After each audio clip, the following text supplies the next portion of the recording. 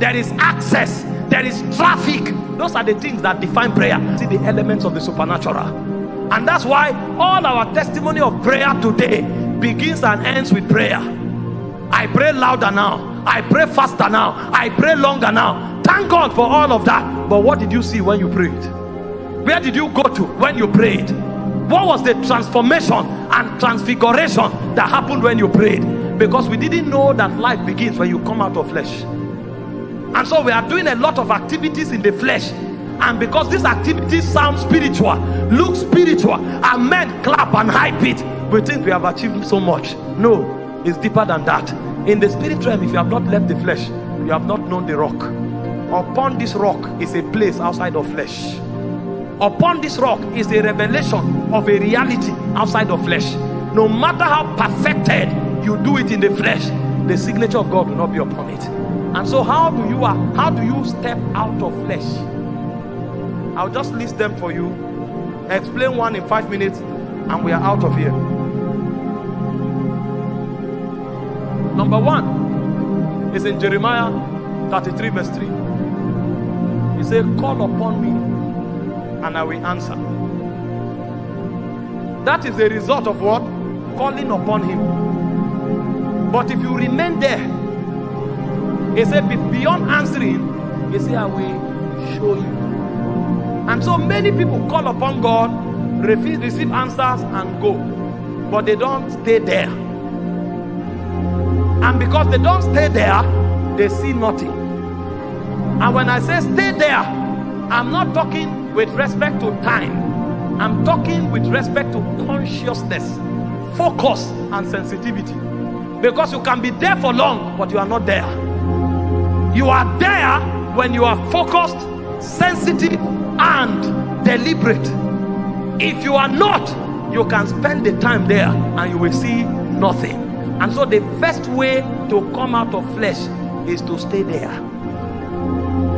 Too many people are in a rush because we have 5 gig now. Is it 5 gig or 5G network now? You think the spirit realm is also 5G. No, it's not 5G. Because we have supersonic aircraft does not mean the spirit realm is supersonic. Elijah, the Bible said, was there 7 times praying until he saw. And the way Elijah built tenacity and focus was strange. His head was between his thighs. And he will travail and travail and travail. Elijah never told us for how long he prayed. But Elijah showed us what his attention was on. Have you seen something? Have you seen something? He was searching. He was surfing the realm. So a man who stays there is a man who is sensitive, is a man who is discerning, and is a man who is focused. That's the only man who can come out of flesh. But this is what the devil does to you. The devil shoots arrows of distraction into your spirit. Hope you saw when God's servant was talking. What a rich message. You go on Facebook, he said the internet was designed for entertainment. And so if you are not careful, if you dwell there, you will end up entertained. You may see one clip of 5 minutes and press it and say, my God, I was charged today on Facebook. But you press something for 5 minutes, whereas you watch pictures and careless things for 4 hours. Do you think that thing you saw left when you took your eyes away? It didn't go. They became baggages in your soul. And so the more you see the internet, the more you will live in the realm of the internet. But if you want to come out of flesh, you will shut everything out and shut everything into God. In focus, in tenacity, in sensitivity, until God shows you something. And if you continue like that for a while, something will happen. The cord of your soul will be loosed. And your spirit will come out in order to have fellowship with God. Your spirit. God decided to secure your spirit as your innermost being. The only time God will allow that security system to breach so that your spirit will come out is when God sees that all your focus, all your sensitivity, and all your action is towards him. At that point, there is a guarantee that you will not be corrupt. And so what God will do is that he will lose the cord of your soul.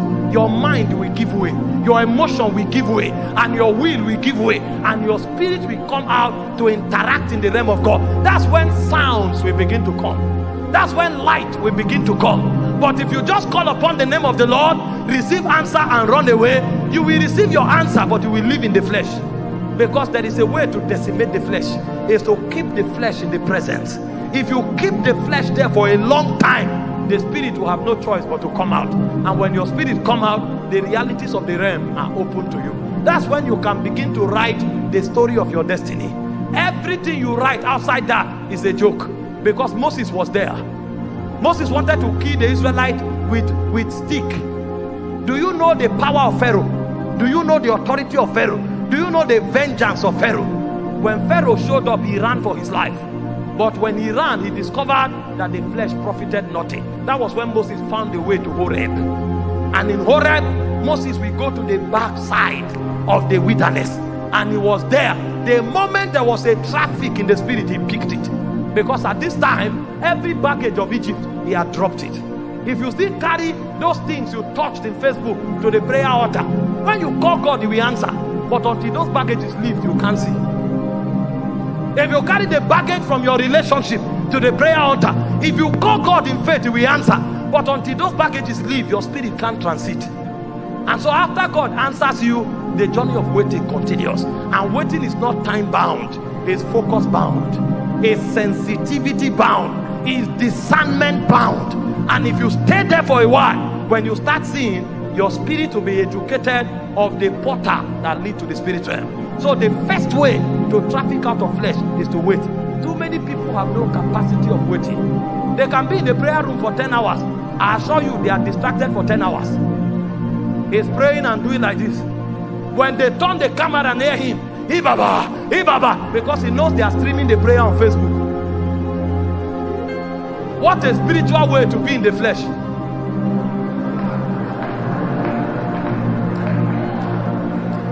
He's praying like a stranded man. But the moment they bring camera, that's a man of flesh. Ask him what is God saying, he doesn't know. Ask him where he's going to, he doesn't know. And he brags in prayer. You are a Pharisee. You want to come out? You must build sensitivity. You must build focus. And you must build discernment.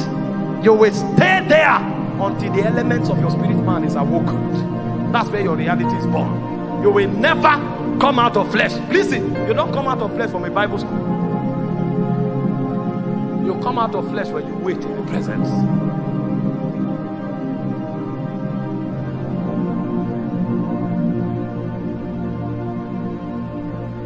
Maybe I'll just stop here because of that.